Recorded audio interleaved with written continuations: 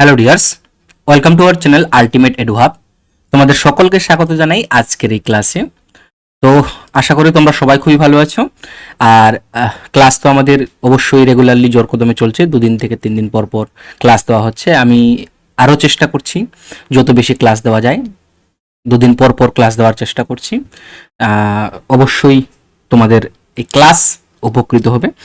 তো আজকের যে বিষয় সেটি আমরা এডুকেশনাল স্ট্যাটিস্টিকের মধ্যেই পড়বে। আগে এই ইউনিটটাকে আমরা কভার করব, দেন আমরা সাইকোলজি যে ইউনিট সেই ইউনিটে চলে যাব এবং পরপর সেই ইউনিটগুলোকে কভার করানো হবে। ঠিক আছে? সো তোমরা যারা নতুন অবশ্যই চ্যানেলটিকে সাবস্ক্রাইব করবে এবং ভালো লাগলে ক্লাস অবশ্যই লাইক করবে এবং তার সাথে সাথে অবশ্যই শেয়ার করবে। আর যারা এখন পর্যন্ত হোয়াটসঅ্যাপের গ্রুপে জয়েন হওনি, আমি লিঙ্ক দিয়ে দিচ্ছি ডেসক্রিপশন বক্সে, যেখানে জয়েন হয়ে তোমরা যে মক টেস্ট, এই যে ক্লাস করাচ্ছি আমি, সেই ক্লাসের উপরে মক টেস্ট দেওয়া থাকবে 15টা 10টা করে কোশ্চেন্স। তো এখানে গিয়ে তোমরা গ্রুপে জয়েন হয়ে কিন্তু সেখানে মক টেস্টের যে করানো হচ্ছে সেটা সুবিধা তোমরা নিতে পারো। কারণ এই মক টেস্টের মাধ্যম দিয়ে তোমাদের যে কতটা তুমি শিখেছো বা কতটা তুমি জানছো সেটা তুমি তোমার যাচাই করতে পারবে। সেলফ যে ইমপ্রুভমেন্ট সেটাকে তুমি কি করতে পারবে, যাচাই করতে পারবে। তো ঠিক আছে, আজকের আমাদের ক্লাস, সেই ক্লাস আমরা শুরু করব। এর আগের দিন আমরা মেজার্স অফ ভেরিয়েবিলিটি পড়েছি, মেজার্স অফ সেন্ট্রাল টেন্ডেন্সি পড়েছি, অর্থাৎ কেন্দ্রীয় প্রবণতার পরিমাপ। আজকে আমরা মেজার্স অফ ভেরিয়েবিলিটি পড়ব। তো মেইন বিষয় দেখো, measures of central tendency, frequency distribution, then measures of variability, measures of graphical representation. যদিও এর ক্লাসগুলো আমরা আগেই করে নিয়েছি, গ্রাফিক্যাল রিপ্রেজেন্টেশন থেকে শুরু করে তোমার ফ্রিকোয়েন্সি ডিস্ট্রিবিউশন, এ সমস্ত ক্লাস আমরা আগেই করে নিয়েছি। যারা দেখোনি তারা প্রিভিয়াস ক্লাস চেক করে বা প্লেলিস্টে গিয়ে এসএসসি এডুকেশনস বলে যে তোমার প্লেলিস্ট আছে সেখানে গিয়ে তোমরা দেখতে পারো। ঠিক আছে? সো আজকের যেটা পড়ছি সেটা হচ্ছে মেজার্স অফ ভেরিয়েবিলিটি। তো এর মেন বিষয় হচ্ছে আমাদের, দেখো, এর আগে আমরা সেন্ট্রাল টেন্ডেন্সি পড়েছি। সেন্ট্রাল টেন্ডেন্সি মিনস যে কোনো মিন মিডিয়ান মড। যখন আমরা মিন করি, মিডিয়ান করি এবং মড করি, তার মানে একটি রাশিমালায় অনেকগুলো স্কোর থাকে। সেই স্কোরগুলোকে একটি স্কোরের মাধ্যমে যদি আমরা প্রকাশ করাতে চাই সমস্ত রাশিমালাটাকে, তাহলে আমরা তখন কি ইউজ করছি? অ্যাকচুয়ালি কেন্দ্রীয় প্রবণতা। যেরকম 10 জন স্টুডেন্ট আছে, 10 জন স্টুডেন্টের বা 100 জন স্টুডেন্টের মার্কস দেওয়া আছে এবং সেই মার্কসের যদি মিন কত হয়, 32 হয়, তাহলে আমরা এককভাবে বলতে পারবো যে 100 জন স্টুডেন্টের গড় হচ্ছে 32, বা মিন হচ্ছে 32, বা মিডিয়ান হচ্ছে 45 বা 90, বা তোমার বলা হলো কি মোড হলো 10 বা 20 হলো। তো এটা আমরা কোথায় জানতে পাচ্ছি? এটা আমরা সেন্ট্রাল টেন্ডেন্সিতে জানতে পাচ্ছি, একটি স্পেসিফিক স্কোরে, যখন টোটাল রাশিমালাকে একটি স্পেসিফিক স্কোরে আমাকে জানতে বলা হচ্ছে। ঠিক সেখান থেকেই আগত হয়েছে আমার মেজার্স অফ ভেরিয়েবিলিটি। তো আমরা দেখো, এটা কিন্তু মিনের সাথে, সেন্ট্রাল টেন্ডেন্সির সাথে লিঙ্কেবল, যার জন্য তারপরেই এটা দেওয়া হয়েছে সিলেবাসেও। যদি তোমরা দেখো, আগে মেজার্স অফ ভেরিয়েবিলিটি নেই, আগে মেজার্স অফ সেন্ট্রাল টেন্ডেন্সি রয়েছে। তো এর মূল উদ্দেশ্য হচ্ছে এই মেজার্স অফ ভেরিয়েবিলিটির, যে আমাদের এই যে রাশি, এই যে মিন বা এই যে সেন্ট্রাল টেন্ডেন্সি, কেন্দ্রীয় প্রবণতার যে পরিমাপ, কি আমাদের কেন্দ্রীয় প্রবণতার যে পরিমাপ, সেই কেন্দ্রীয় তো প্রবণতার পরিমাপের, মনে করো মিন, এই মিন একটি রাশি, কত দেওয়া আছে মনে করো, মিনের মিন মনে করো 32। এই 32 থেকে এই যে আমাদের 100 জনের 100টা স্কোর ছিল, সেটি অ্যাকচুয়ালি কতটা দূরে রয়েছে, অর্থাৎ আমরা মিন থেকে বা মিডিয়ান থেকে বা মোড থেকে কেমন দূরে রয়েছে, কি অবস্থানে রয়েছে, সেটাই পরিমাপ হচ্ছে আমাদের বিষমতার পরিমাপ। অর্থাৎ সিঙ্গেল মান বা একটা কেন্দ্রীয় মান, একটি মান, একজন স্কোর মিন থেকে বা সেন্ট্রাল টেন্ডেন্সি থেকে কতটা দূরে অবস্থান করছে, এটাই জানার জন্য আমরা বিষমতার যে পরিমাপ, সেই পরিমাপ করে থাকি। অর্থাৎ একটি সংখ্যা, যে সংখ্যার দ্বারা আমরা বলতে পারবো যে রাশিমালাটি মিন থেকে কতটি দূরে রয়েছে একজন স্পেসিফিক স্কোরকে। বোঝা হলো? তাহলে একটি রাশিমালার একক স্কোরগুলি কেন্দ্রীয় মানের উভয় দিকে কিভাবে অবস্থান করছে, মানে কেন্দ্রীয় মান, মিন, মিডিয়ান, মোড। ঠিক আছে? এটা কেমন ভাবে অবস্থান করে আছে কেন্দ্রীয় মান থেকে, সেটা আমরা যে পরিমাপের মাধ্যমে আমরা জানতে পারি, সেটা হচ্ছে আমাদের মেজার্স অফ সেন্ট্রাল ভেরিয়েবিলিটি, অর্থাৎ মেজার্স অফ ভেরিয়েবিলিটি অর্থাৎ বিষমতার পরিমাপ। বোঝা গেল? তাহলে একটি রাশিমালার বিস্তৃতি বোঝার জন্য, যে রাশিমালাটা কেমন ভাবে ছড়িয়ে ছিটিয়ে রয়েছে সেটা জানার জন্য আমরা কি বিষমতার পরিমাপ করে থাকি। আমরা যখন এই বিষমতার পরিমাপের পরবর্তীগুলো দেখব, কি কত ধরনের বিষমতার পরিমাপ আছে, অনেক ধরনের, তার মধ্যে আমরা যেটা এখানে পড়বো সেটা হচ্ছে বিশেষ করে কি রেঞ্জ, গড় বিচ্যুতি, ভেরিয়েন্স এবং আদর্শ বিচ্যুতি। শোনো, যদি তোমাদের মনে হয় যে আরো আছে, কোয়ার্টাইল ডেভিয়েশনও আছে, যদি মনে হয় যে আরো কিছু এখান থেকে প্রয়োজন তোমাদের, সেটাও পড়ানোর দরকার জন্য, তো তোমরা কমেন্ট বক্সে জানাতে পারো যে স্যার এখানকার বিষয়টি আরো মানে যেগুলো আছে অন্যগুলো পড়ে দিত। কিন্তু মোটামুটি ভাবে আমি এই চারটি নিয়েছি, এই চারটি বিশেষ করে একটা গুরুত্বপূর্ণ। বুঝতে পারলে? যার ধরুন হলো।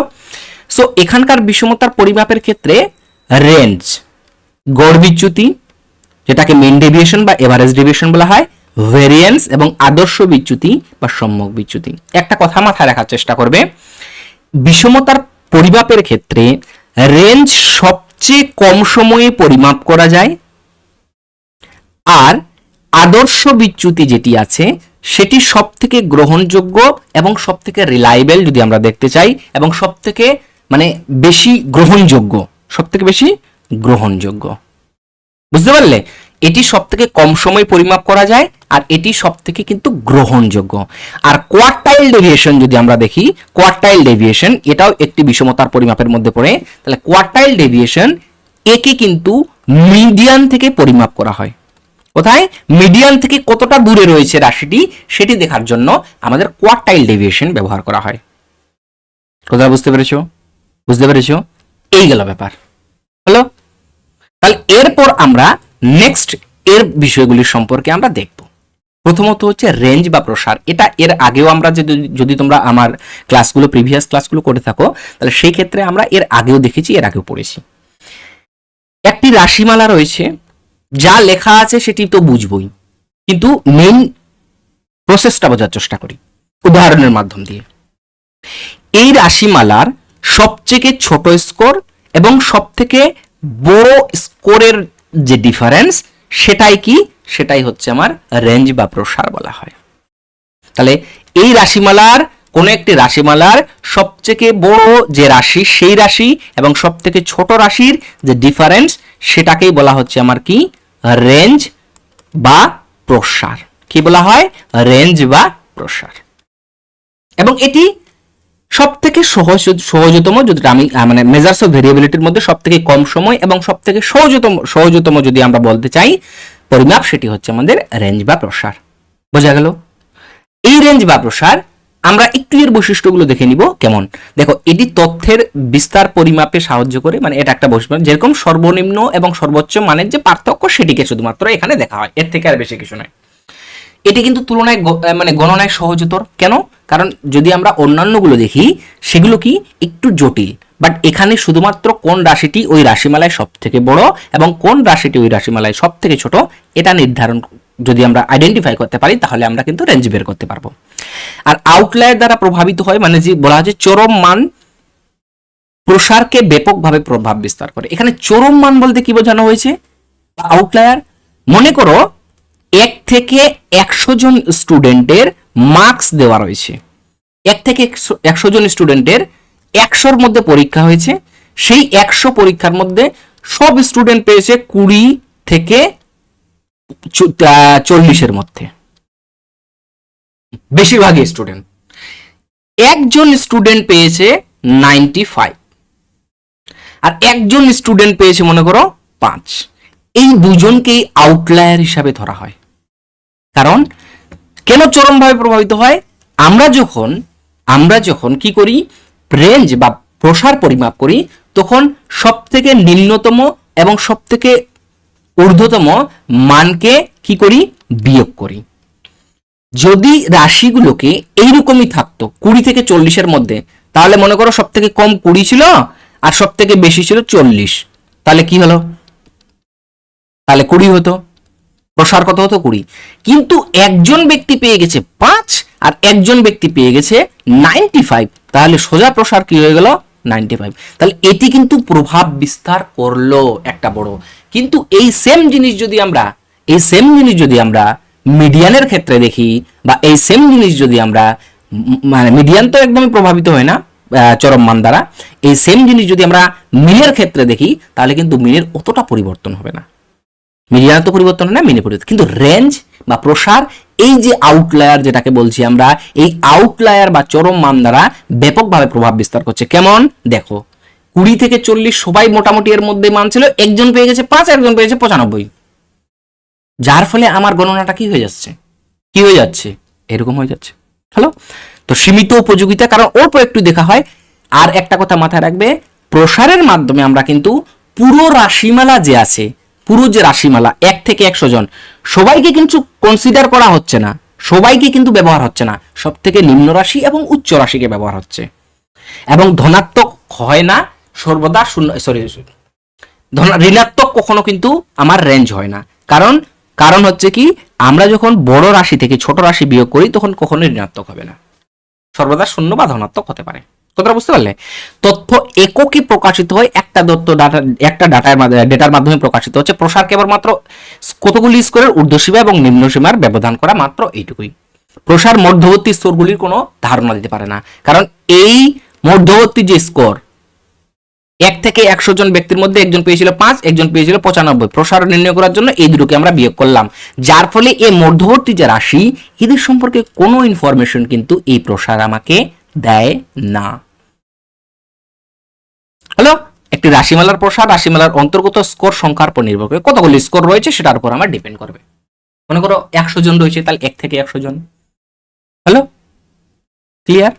এবার নেক্সট আমরা পড়ব গড় বিচ্যুতি বা এভারেজ ডেভিয়েশন। আমরা গড় নির্ণয় করতে পারি। বিচ্যুতি বলতে কি বোঝানো হয়েছে না, বিচ্যুতি হয়েছে কোন একটি মান যখন তার স্বাভাবিক অবস্থান থেকে দূরে সরে যায়, বা স্বাভাবিক অবস্থান থেকে কতটা দূরে রয়েছে, তাকে বলা হচ্ছে বিচ্যুতি। এবার কথা মাথায় রাখো, গড় বিচ্যুতি বোঝার চেষ্টা করো। কেমন, মনে করো 1 থেকে 10 জন ব্যক্তির, মনে করো যে 5, 4, 3, 2, এটি কি ছিল, আমার একটা রাশিমালা। তাহলে 5, 4, 9, 10, 11, 12, 13, 14, তাহলে 14 ডিভাইডেড বাই 2, 1, 2, 3, 4। আমরা যদি করি 3.5,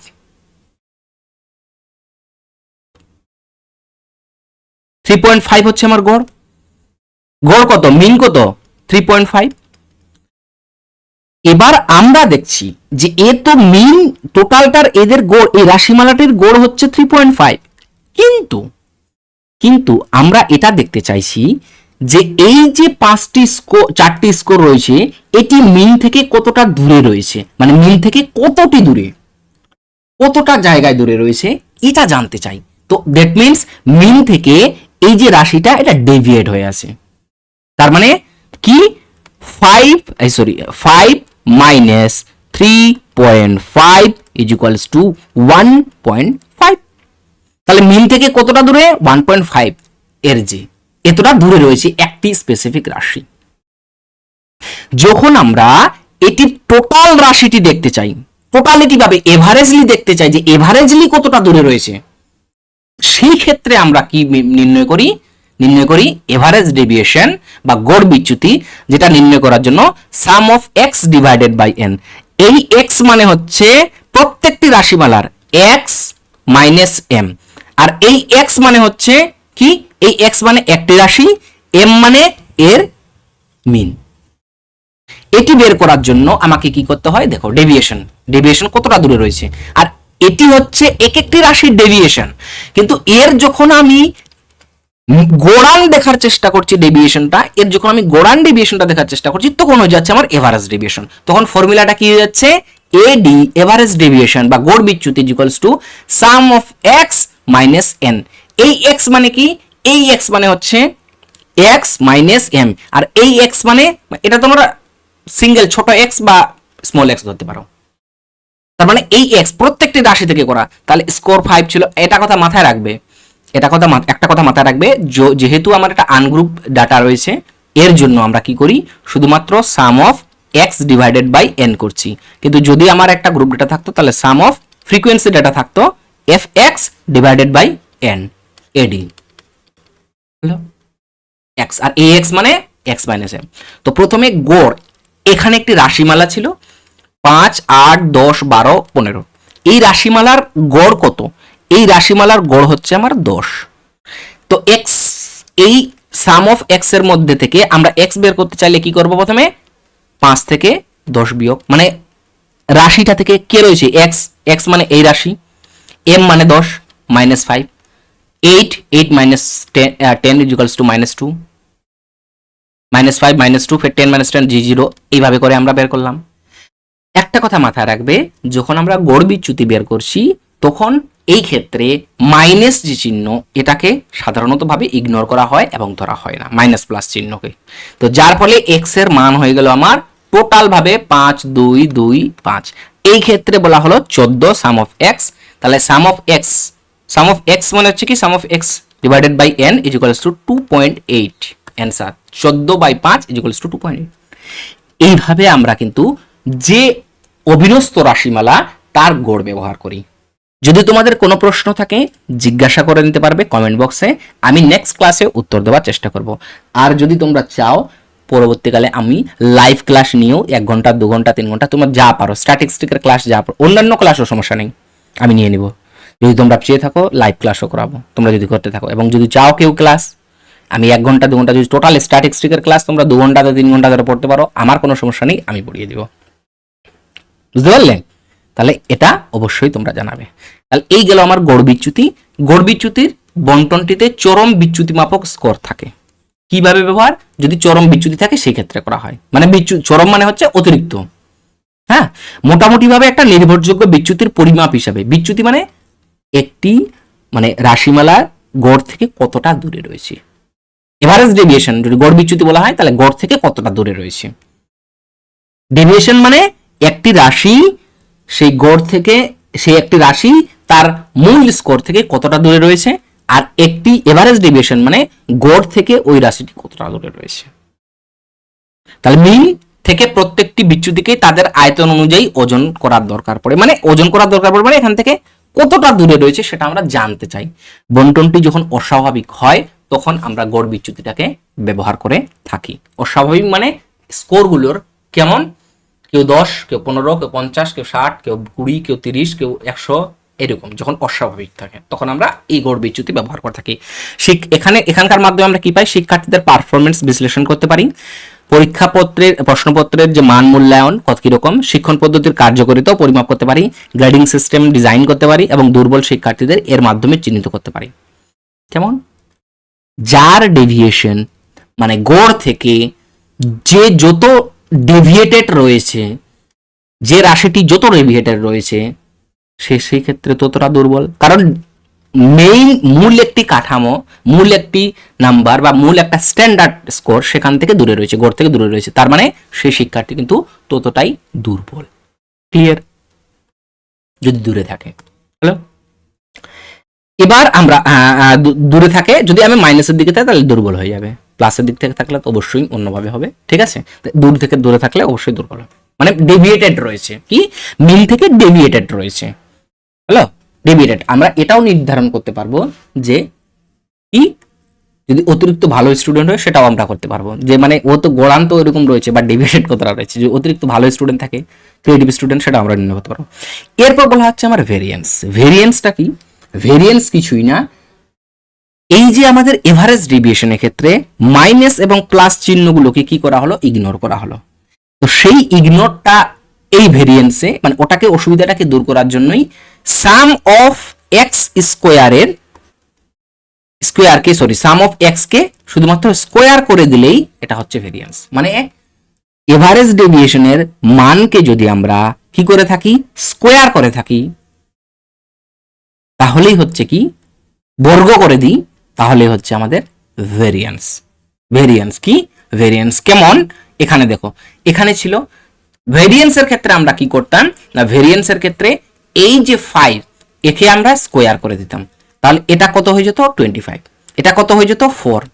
আর যখন আমরা মাইনাস মাইনাসকে আমি কি করছি, গুণ করছি, তখন কি হয়ে যাচ্ছে প্লাস 25, 25 4, এটা 0 হয়ে যেত, +2 4 25। ভেরিয়েন্স শুধু এটা, ভেরিয়েন্স ক্ষেত্রে শুধু এটা, ক্লিয়ার?